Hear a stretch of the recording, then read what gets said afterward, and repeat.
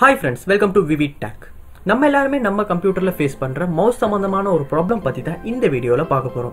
அதாவது நம்ம எல்லாருமே நம்ம லேப்டாப்லயோ இல்லாட்டி டெஸ்க்டாப் கம்ப்யூட்டர்லயோ மவுஸ் வந்து கண்டிப்பா யூஸ் பண்ணுவோம். ஸோ யூஸ் பண்றப்ப அதாவது லேப்டாப்ல நான் டச் பேட் மவுஸ் யூஸ் பண்ணுவோம், இல்லாட்டி வயர்லெஸ் மவுஸ் ஒன்று கனெக்ட் பண்ணி யூஸ் பண்ணுவோம், இல்லாட்டி ஒரு வயர் மவுஸ் யூஸ் பண்ணுவோம்.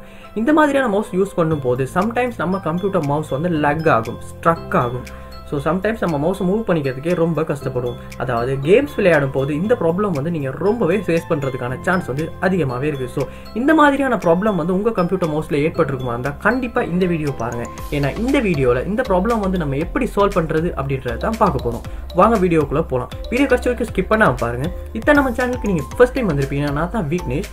நம்ம சேனலில் வந்து நிறைய நம்ம கம்ப்யூட்டரில் ஏற்படுற ப்ராப்ளம்ஸ் எல்லாம் சால்வ் பண்ணிக்கிறதுக்கான வீடியோஸ் இருக்குது. ஸோ மறக்காமல் சப்ஸ்கிரைப் பண்ணிட்டு அப்படியே பார்த்து ஒரு பெல் ஐக்கனையும் கிளிக் பண்ணிக்கணும்.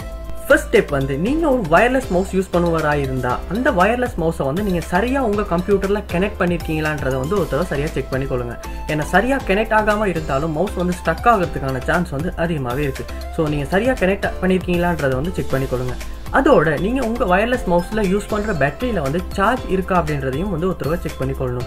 ஏன்னா சார்ஜ் ரொம்ப குறைஞ்சி இருக்குமா இருந்தாலும் மவுஸ் வந்து ஸ்டக் ஆகிறதுக்கான சான்ஸ் வந்து இருக்குது. ஸோ நீங்கள் ஒரு நியூ பேட்டரியை வந்து ரீப்ளேஸ் பண்ணி செக் பண்ணி பாருங்கள் மவுஸ் நல்லா ஒர்க் ஆகுதா அப்படின்றத. செகண்ட் ஸ்டெப், நீங்கள் உங்கள் கம்ப்யூட்டரில் வந்து சர்ச் பாரில் மவுஸ் செட்டிங்ஸ் அப்படின்றத வந்து சர்ச் பண்ணிக்கொள்ளுங்க. சர்ச் பண்ணி கிளிக் பண்ணி ஓப்பன் பண்ணிக்கொள்ளுங்க. ஓப்பன் பண்ண இந்த மாதிரி ஒன்று ஓப்பன் ஆகும். இதில் வந்து ரிலேட்டட் செட்டிங்ஸில் வந்து அடிஷனல் மவுஸ் ஆப்ஷன்ஸ் அப்படின்றத வந்து கிளிக் பண்ணி ஓப்பன் பண்ணிக்கொள்ளுங்க.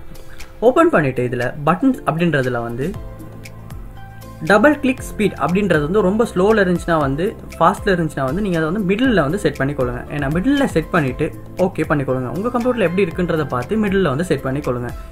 செட் பண்ணிவிட்டு பாயிண்டர்ஸ் அப்படின்றதுல வந்து ஸ்கீம் அப்படின்றது வந்து ஒரு ட்ராப் டவுன் லிஸ்ட் ஒன்று இருக்கும். இது வந்து நானில் இருக்கா அப்படின்றது வந்து ஒருத்தர செக் பண்ணிக்கொள்ளுங்க. அப்படி நானில் இல்லாமல் வேறு எதுலையும் இருக்குமா இருந்துச்சுன்னா அதை வந்து நானில் வந்து போட்டுட்டு அப்ளை பண்ணி ஓகே பண்ணிக்கொள்ளுங்க. அடுத்ததா பாயிண்டர் ஆப்ஷன்ஸ் அப்படின்றதுல வந்து செலக்ட் அ பாயிண்டர் ஸ்பீட் அப்படின்றத வந்து ரொம்ப ஸ்லோவில் இருக்குமா இருந்துச்சுன்னா இல்லாட்டி ரொம்ப ஃபாஸ்ட்டில் இருக்குமா இருந்துச்சுன்னா அதையும் வந்து மிடில் நீங்கள் செட் பண்ணிவிட்டு ஓகே பண்ணிக்கொள்ளுங்க. அப்ளை பண்ணி ஓகே பண்ணிக்கொள்ளுங்க. அதோட டிஸ்பிளே பாயிண்டர் ட்ரெயில்ஸும் வந்து ஒரு லாங் அப்படின்ற ஆப்ஷன்ஸில் வந்து இருக்கா அப்படின்றத வந்து செக் பண்ணிக்கொள்ளுங்க. அதோட மற்ற ஆப்ஷன்ஸில் எதுவும் மாற்றம் இருக்குமா இருந்துச்சுனாலும் நீங்கள் சேஞ்ச் பண்ணிக்கொள்ளலாம். சேஞ்ச் பண்ணிவிட்டு ஓகே பண்ணிக்கொள்ளுங்க. நெக்ஸ்ட் ஸ்டெப்பாக வந்து நீங்கள் உங்கள் கம்ப்யூட்டரில் வந்து சர்ச் பாரில் டிவைஸ் மேனேஜர் அப்படின்றத வந்து சர்ச் பண்ணிக்கொள்ளுங்க.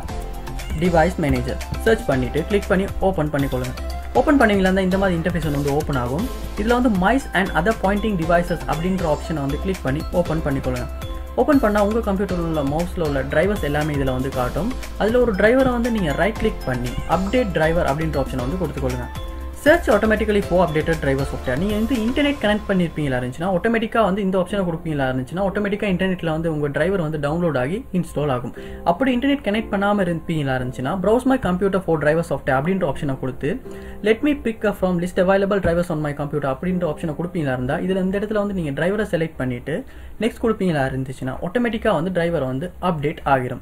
அப்படி நீங்கள் உங்கள் கம்ப்யூட்டரில் உள்ள மவுஸில் உள்ள டிரைவர்ஸ் எல்லாத்தையுமே ரைட் கிளிக் பண்ணி அப்டேட்டட் டிரைவர் அப்படின்ற ஆப்ஷனை வந்து கொடுத்து அப்டேட் பண்ணிக்கொள்ளுங்க. நெக்ஸ்ட் ஸ்டெப்பாக வந்து நீங்கள் உங்கள் கம்ப்யூட்டரில் வந்து செட்டிங்ஸ் வந்து ஓப்பன் பண்ணிக்கொள்ளுங்க. ஓப்பன் பண்ணிவிட்டு அப்டேட் அண்ட் செக்யூரிட்டி அப்படின்ற ஆப்ஷனை வந்து கொடுத்துட்டு இந்த லிஸ்ட்டில் Troubleshoot அப்படின்ற ஆப்ஷனை வந்து கொடுத்துக்கொள்ளுங்க.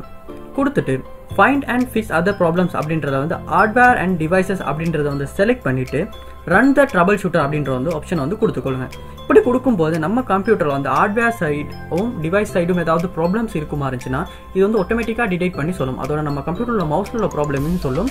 ஸோ இந்த ப்ராப்ளம் வந்து நம்ம கண்டுபிடிச்சி நம்மளால் வந்து சால்வ் பண்ணிக்கிறதுக்கான சான்ஸ் வந்து அதிகமாகவே இருக்குது. ஸோ இந்த எல்லா ஸ்டெப்பையுமே நீங்கள் வந்து ட்ரை பண்ணி பாருங்கள். கடைசியாக வேணா உங்கள் மவுஸை வந்து நீங்கள் அன்பிளக் பண்ணிவிட்டு திரும்ப கனெக்ட் பண்ணி செக் பண்ணி பாருங்கள். ஸோ எல்லா ஸ்டெப்ஸுமே ட்ரை பண்ணி பாருங்கள். கண்டிப்பாக ஏதாவது ஒரு ஸ்டெப் மூலமாக உங்கள் மவுஸ் வந்து ஸ்டக் ஆகிற ப்ராப்ளம் வந்து உங்களால் சால்வ் பண்ணிக்கொள்ள முடியும். இந்த வீடியோ வந்து உங்களுக்கு ரொம்ப யூஸ்ஃபுல்லாக இருந்துச்சுன்னா வீடியோ வந்து லைக் பண்ணிவிட்டு அப்படியே உங்கள் ஃப்ரெண்ட்ஸுக்கு வந்து ஷேர் பண்ணிக்கொள்ளுங்க. இது போல் உங்கள் கம்ப்யூட்டரில் ஏற்படுற எல்லா ப்ராப்ளமையும் வந்து நீங்கள் சால்வ் பண்ணிக்கணும்னு நினச்சிங்கன்னா மறக்காமல் நம்ம சேனலை வந்து சப்ஸ்கிரைப் பண்ணிட்டு அப்படியே பார்த்துட்டு ஒரு பெல் ஐக்கனையும் கிளிக் பண்ணிக்கொள்ளுங்க. தேங்க்யூ.